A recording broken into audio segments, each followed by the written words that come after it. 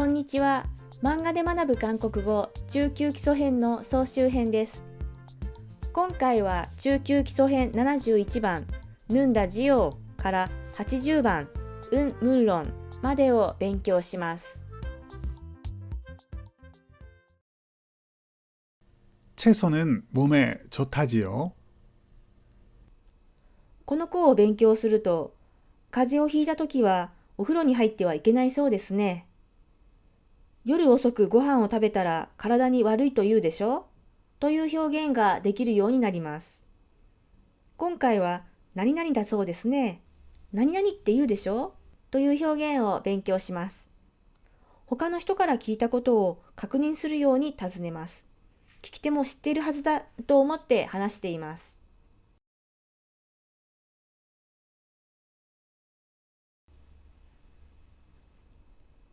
長く話すと、이라고 사람들이 말하지요. 何々だと人々が言ってますよね。それをヒュッと短くします。일하지요. 何々だそうですね。こう言ってますよね。という意味になります。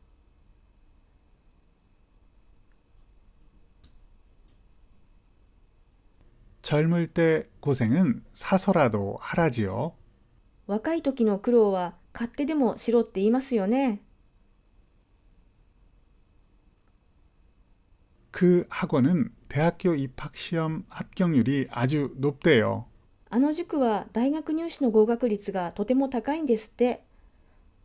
그래서 많은 고등학생들이 다닌다지요. それで多くの高校生が通っていると言うでしょ。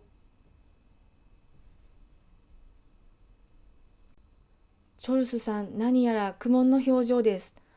辛すぎる。レポートも書かなきゃ。でも明日もバイトだよ。どうしよう。 젊을 때 고생은 사서라도 하라지요. 若い時の苦労は買ってでもしろって言うでしょ。頑張れ。はい。それでは練習問題を解いてください。まず単語を読みます。主席、トップ。 수석. では答えてください。 저 학원은 대학교 입학시험 합격률이 아주 높대요. 많은 고등학생들이 다니다. 그래서 많은 고등학생들이 다닌다지요. 저 식당 정말 맛있어요. 항상 손님이 많다. 그래서 항상 손님이 많다지요. 웨이 씨는 정말 멋있네요. 여학생한테서 고백을 자주 받다.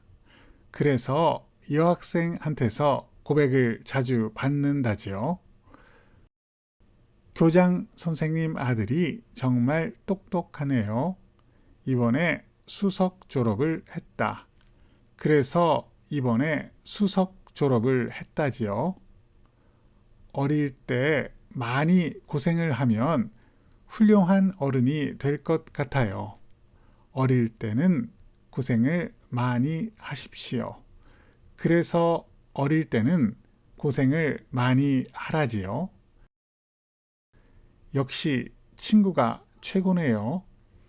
서로 도와가면서 삽시다. 그래서 서로 도와가면서 살자지요. 전철을 이용하는 사람이 많네요. 출퇴근 시간에는 10,000원이다. 그래서 출퇴근 시간에는 10,000원이라지요. 答えを確認してください。今回の授業はここまでです。次回の動画ではウルコンがよを勉強します。何々するんですかという表現ができるようになります。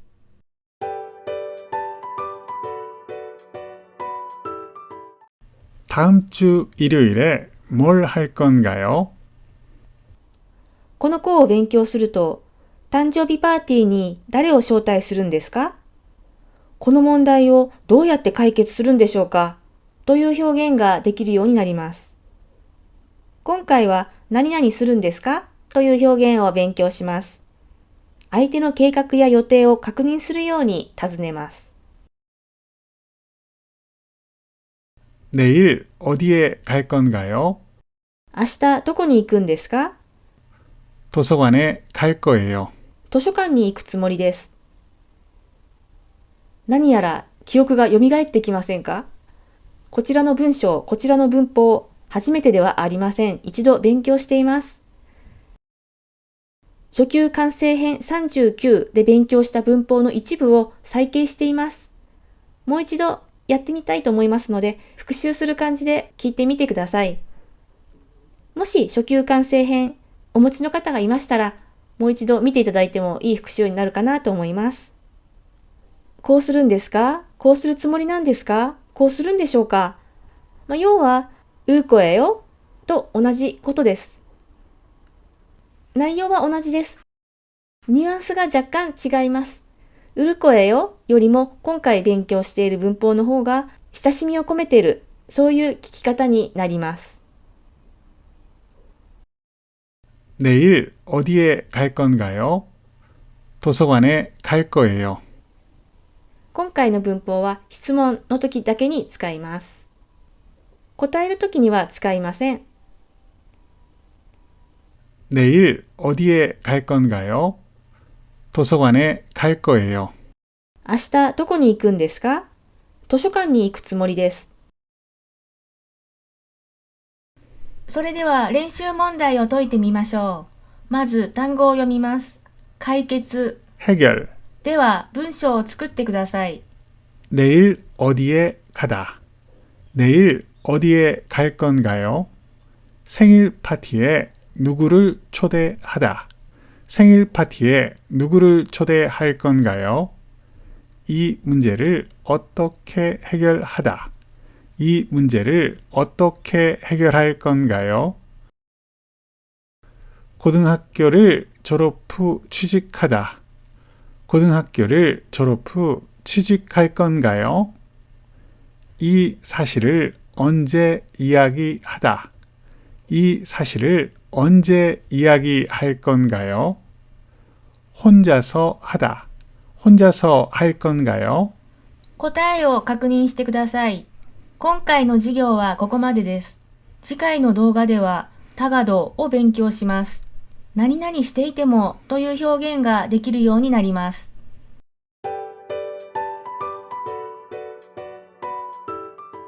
집에서 공부하다가도 친구가 부르러 오면 바로 나갔거든요. この子を勉強すると、子供は泣いていてもおもちゃを見ると泣き止みます。勉強していても問題が難しいと寝てしまいます。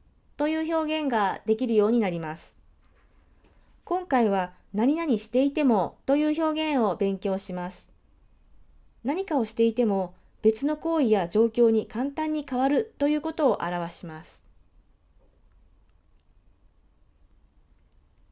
今回の文法は以前勉強しましたたがという文法とどという文法の組み合わせです。たがというのは何々している途中でという意味がありました。そこにどを加えて強調しています。何々している途中なのに、何々している途中でも、何々している途中にもかかわらず、こうやってるのに、あっさりそんな違うことになるんですね。という内容です。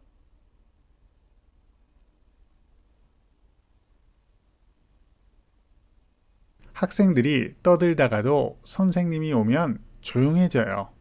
学生たちは騒いでいても先生が来ると静かになります。 산 날씨는 맑다가도 갑자기 비가 와요.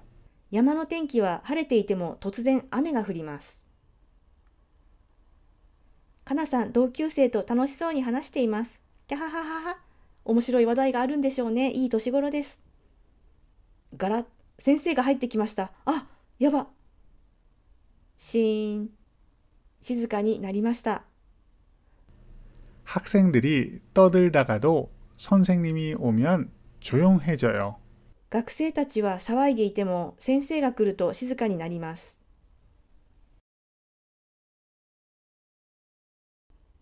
午後1時です。山の天気は晴れています。登山するのにいい天気です。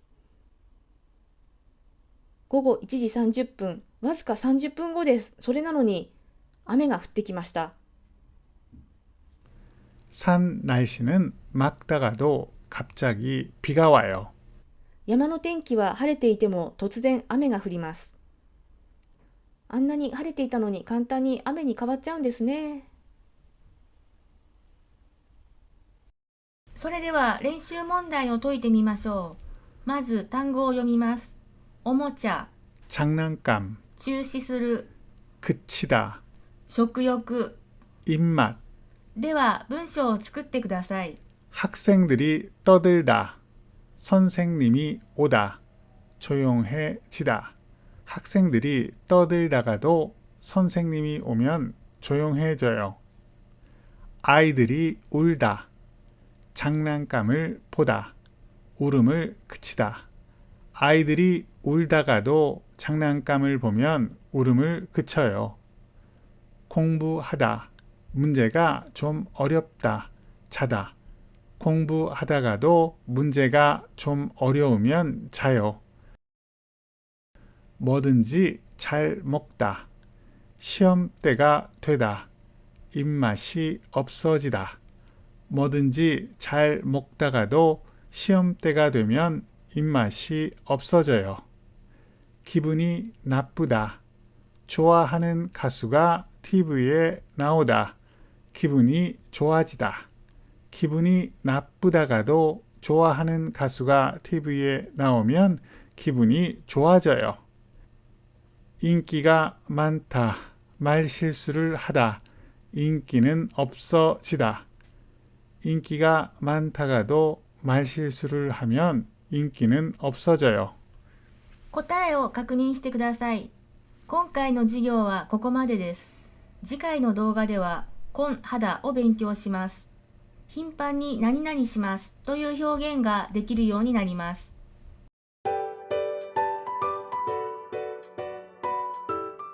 수업이 끝나면 밤 늦게까지 계속 TV를 보곤 했어요. この項を勉強すると、会社の仕事が忙しいときはよく徹夜します。子供の頃はよく山で遊んだものですという表現ができるようになります。今回は頻繁に何々します、習慣的によくこうしますという表現を勉強します。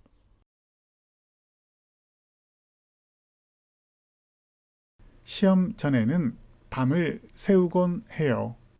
試験前にはよく徹夜します。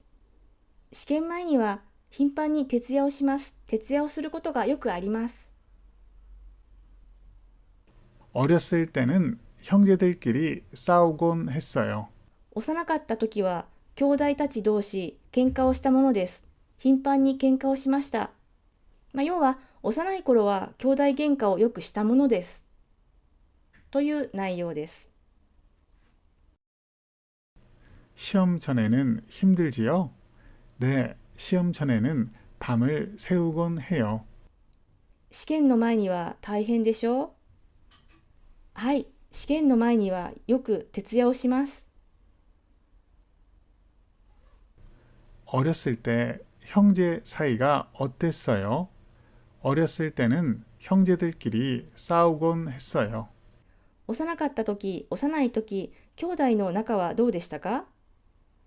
幼い時は兄弟喧嘩をよくしたものです。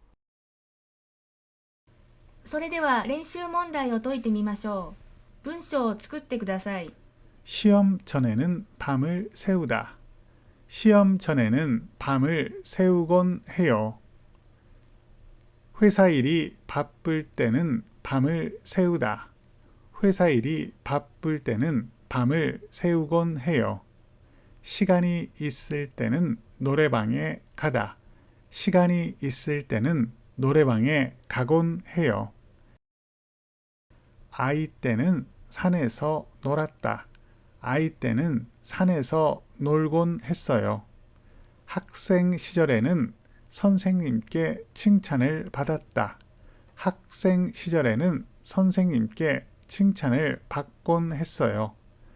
고등학생 때 테니스를 쳤다. 고등학생 때 테니스를 치곤 했어요. 答えを確認してください。今回の授業はここまでです。次回の動画では만ヘドを勉強します。いついつだけを取ってみてもという表現ができるようになります。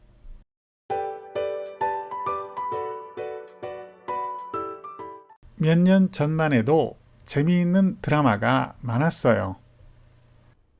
この項を勉強すると、少し前はここにいたけど、今はどこにいるかわかりません。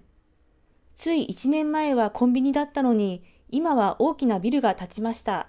という表現ができるようになります。今回はいついつだけを取ってみてもという表現を勉強します。ほんの少し前の状況と今の状況が大きく変わったという時の表現方法です。1년 전만 해도 가나다라도 몰랐는데 이제는 한국말을 잘해요. つい1年前はカナダラもわからなかったのに、今は韓国語が上手です。今回の文法の前には時間を表す名詞が入ります。少し前、1年前、昨日などという単語が入ります。話している人の気持ちとして、ほんのちょっと前はこうだったのに、わずかな時間でこんなに大きく変わりましたということを言いたいときに使う文法です。ですので、普通ここには少し前とか何分前とか何日前のようなあまり昔ではない、昔を表す単語ではないっていうんでしょうか。比較的最近の時間を表す単語が入ります。ただ、話し手の気持ちの問題なので、たとえ10年前であろうとも、私にとっては、いや、ほんのちょっと10年前の話なんですけど、たった10年前はこんなだったのに今はこんなになりましたって言いたいこと当然あります。そういう時はもちろん10年前だろうが50年前だろうが使えます。話し手の気持ちとして、客観的に少し前という話ではなくて、話し手の気持ちとして、ちょっと前はこうだったのになっていうことを言いたい時に使う文法なので、50年前をここに使ったら変ですとかそういうことではありません。ここの数字自体はあまり気になさらなくて大丈夫です。そして昨日ですとか去年、昨年という場合にはもうすでにこの単語の中に前という意味が含まれています。ですので前という単語は不要です。1年前、2年前、1週間前、2週間前という時は前という単語が入りますけれども、昨日前、去年前とかいうのはおかしいですよね。日本語でも韓国語でもおかしいです。昨日ですとか去年という単語には前はつけません。1年前です。かなさん、韓国語の文字、ハングルの勉強をしています。この文字はか、いや、なだったかしら。なんて読むんだったかな。皆さんも懐かしいですね。最初このような時がありました。誰でもあります。そして現在です。안녕하세요. 어떻게 지냈어요? こんにちは。いかがお過ごしでしたか？元気でしたか？韓国語で会話ができるようになりました。韓国語どんな感じ？ 1년 전만 해도 가나다라도 몰랐는데 이제는 한국말을 잘해요. つい1年前は1年前だけを取ってみてもカナダラもわからなかったのに今は韓国語が上手です。1年しか経っていないのに私もずいぶん変わったわ。ちなみにカナダラというのは皆さんご存知のように韓国語の文字の並び方です。日本語もあいうえおもわからないというような言い方するときありますけれども、韓国語も同じようにあいうえおのような形でカナダラという言い方もします。それでは練習問題を解いてみましょう。文章を作ってください。 1년 전 가나다라도 몰랐다. 이제는 한국말을 잘해요. 1년 전만 해도 가나다라도 몰랐는데 이제는 한국말을 잘해요. 친구가 조금 전 여기에 있었다. 지금은 어디에 있는지 모르다. 친구가 조금 전만 해도 여기에 있었는데 지금은 어디에 있는지 몰라요. 여기에는 1년 전 편의점이 있었다. 지금은 큰 빌딩이 있다.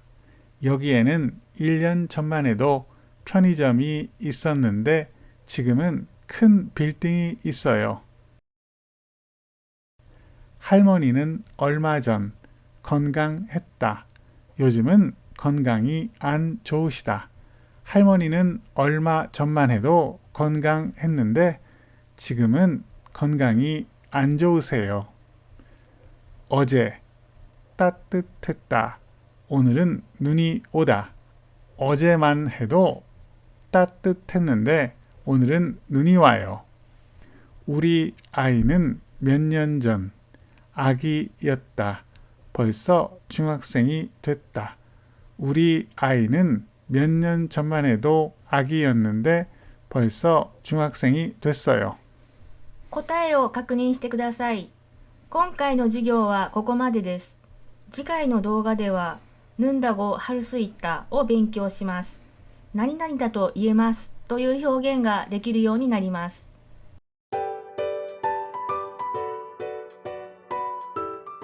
요즘 아이들은 밖에서 놀 시간이 부족하다고 할 수 있어요. この項を勉強すると、トーマスさんは世界で一番かっこいいと言えます。本が私の先生だと言えます。という表現ができるようになります。今回は何々だと言えますという表現を勉強します。本当にそうかどうかは別にして、そう例えてもそれほど間違いではありません。言い過ぎではありません。という表現です。 그 두 분은 혼인신고는 하지 않았지만 30년이나 같이 살았으니까 부부라고 할 수 있습니다. その二人は婚姻届は出していないけれど、30年も一緒に住んでいるんだから夫婦だと言ってもいいです。婚姻届を出していなければ、少なくとも法律婚の夫婦とは言えません。でも、そうは言っても30年一緒に住んでるんです。もう、この状態は夫婦と言ってもいいんじゃないでしょうか。厳密に突き詰めると、夫婦と言えるかどうかはわかりませんけれども、夫婦と言ってもそんなに違いはないですよね。間違いではないですよね。言い過ぎじゃないですよね。そのような内容です。 그 두 분은 부부예요? その二人、あの二人は夫婦ですか？ 그 두 분은 혼인신고는 하지 않았지만 30년이나 같이 살았으니까 부부라고 할 수 있습니다. その二人は、あの二人は婚姻届は出していないけれど、30年も一緒に住んでいるんですから、夫婦だと言ってもいいです。夫婦と言えます。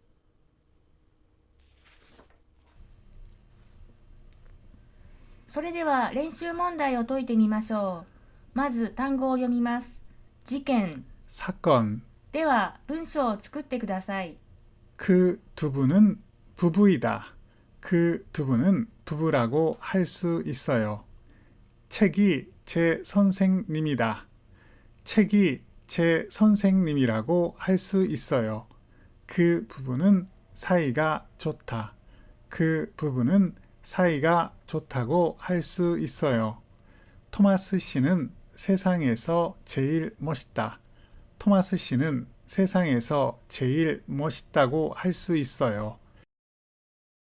민수 씨는 누구보다 열심히 공부하다. 민수 씨는 누구보다 열심히 공부한다고 할 수 있어요. 한국 사람은 날마다 김치를 먹다. 한국 사람은 날마다 김치를 먹는다고 할 수 있어요. 그 사람 때문에 사건이 일어났다. 그 사람 때문에 사건이 일어났다고 할 수 있어요. 答えを確認してください。今回の授業はここまでです。次回の動画では、おっするっこしだを勉強します。何々だったでしょうという表現ができるようになります。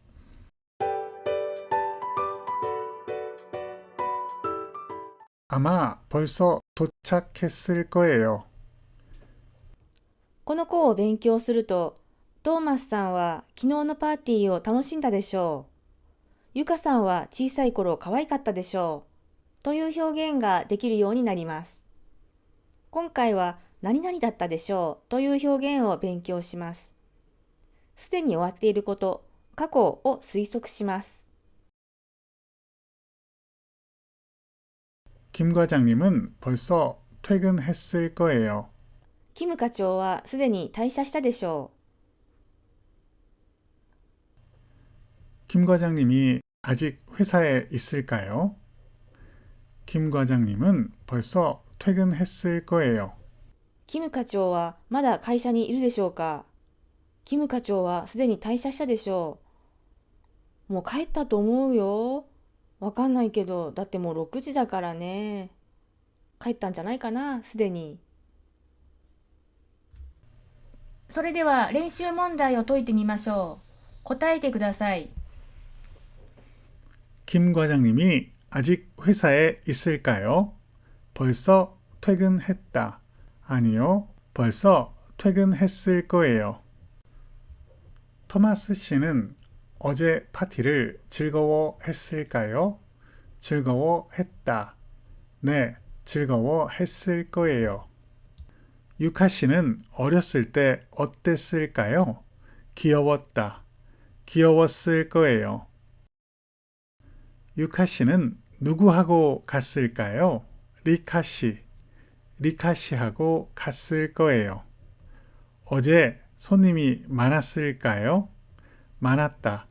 네, 많았을 거예요. 비행기가 벌써 도착했을까요? 도착하지 않았다.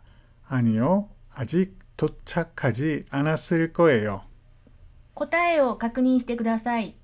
今回の授業はここまでです。次回の動画では、オッタミョンを勉強します。何々だったらという表現ができるようになります。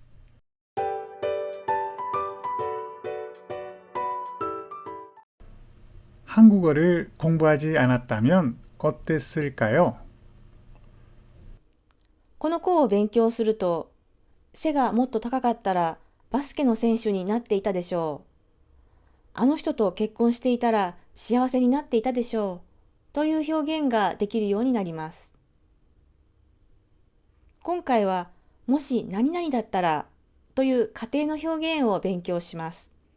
実際は違うけれども、実際はそうはしなかったんだけれども、もし万が一こうしていたらという仮定の表現です。그때 용서했다면 지금도 사이좋게 지냈을 텐데. あの時許していれば今も仲良く過ごしていただろうに。実際は許していませんでした。怒ったままです。補足をします。くってというのは直訳すると、そのまま日本語にすると、その時という表現になります。実際に目に見えるものを見ながら、この何々、その何々、あの何々っていう時は、いくちょのくというのは日本語のそのというのと、ほぼイコールで使えることが多いです。でも実際に目に見えるものを言うのではなく、関連的なもの、2人で話している時に、そういえばあの話どうだった？あの映画面白かったよね。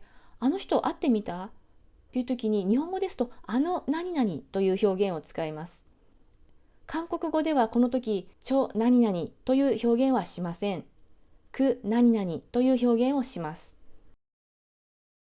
くってというのも、時というのを見ながら話しているわけではありません。こういう場合のくってというのは、あの時と訳した方が自然な訳になります。あの時許していれば今も仲良くやってるんだろうな、という意味です。かなさん、何やら怒っています。女の子がごめんねごめんねと謝っています。でも、かなさんの怒りが静まる様子はありません。しばらく経った後、かなさん、ため息をついています。あの子どうしてるかな。그때 용서했다면 지금도 사이좋게 지냈을 텐데. あの時許していれば今も仲良く過ごしていただろうに。それでは練習問題を解いてみましょう。まず単語を読みます。老朽、バスケットボール、 농구, 選手、 선수, あらかじめ、 미리, ミスをする、失敗をする。 실수하다. では文章を作ってください。 그때 용서하다. 지금도 사이좋게 지냈을 텐데. 그때 용서했다면 지금도 사이좋게 지냈을 텐데. 키가 더 크다. 농구 선수가 됐을 거예요. 키가 더 컸다면 농구 선수가 됐을 거예요. 그 사람하고 결혼하다. 행복하게 살았을 거예요. 그 사람하고 결혼했다면 행복하게 살았을 거예요. 비가 오다. 운동회는 하지 못했을 거예요. 비가 왔다면 운동회는 하지 못했을 거예요. 그 사람을 만나지 않았다. 어떻게 살았을까? 그 사람을 만나지 않았다면 어떻게 살았을까? 미리 그 사실을 알다. 실수하지 않았을 텐데. 미리 그 사실을 알았다면 실수하지 않았을 텐데. 答えを確認してください。今回の授業はここまでです。次回の動画では、to を勉強します。何々なようにという表現ができるようになります。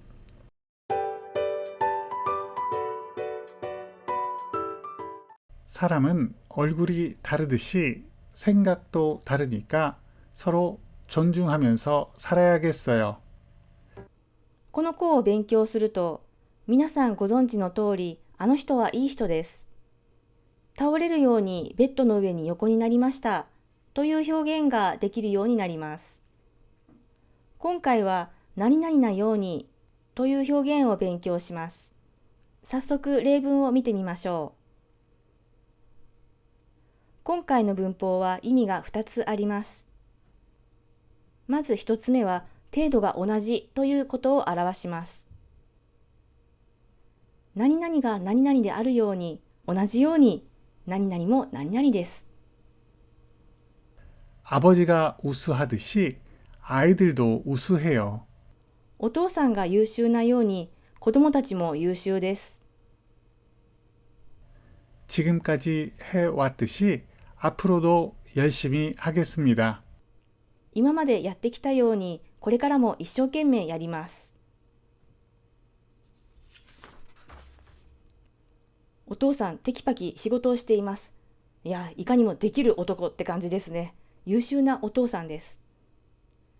子供も負けてはいません。授業中、はい、手を挙げています。子供も優秀です。お父さんも優秀ですけれども、子供もそれと同じぐらい優秀です。お父さんも子供たちも優秀です。程度が同じぐらいです。という内容です。 아버지가 우수하듯이 아이들도 우수해요. 今までです。女の子一生懸命勉強しています。そしてこれからです。女の子やっぱり一生懸命勉強しています。今までやってきた一生懸命さ具合とこれからやるであろう一生懸命さ具合同じぐらいです。同程度これからも頑張ります。 지금까지 해왔듯이 앞으로도 열심히 하겠습니다.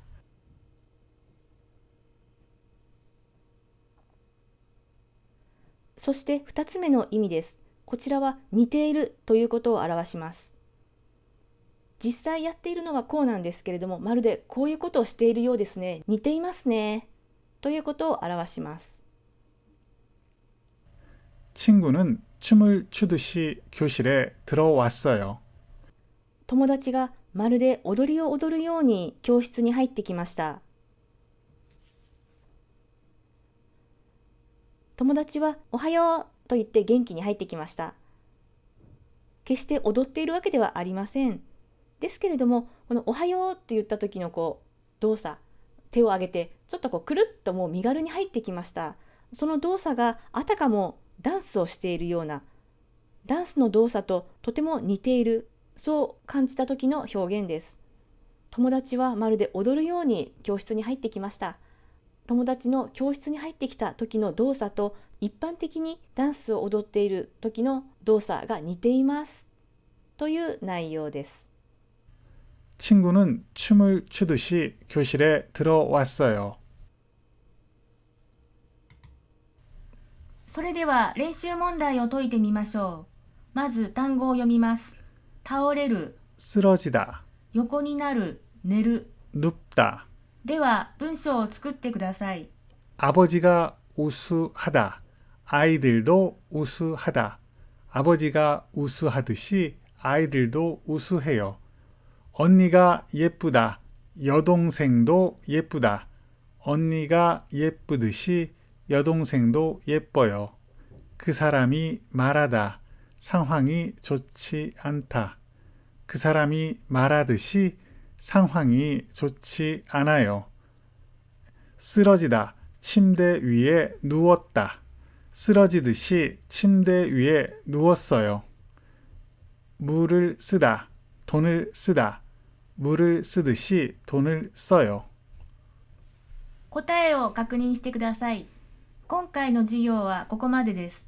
次回の動画では、물론を勉強します。何々はもちろんという表現ができるようになります。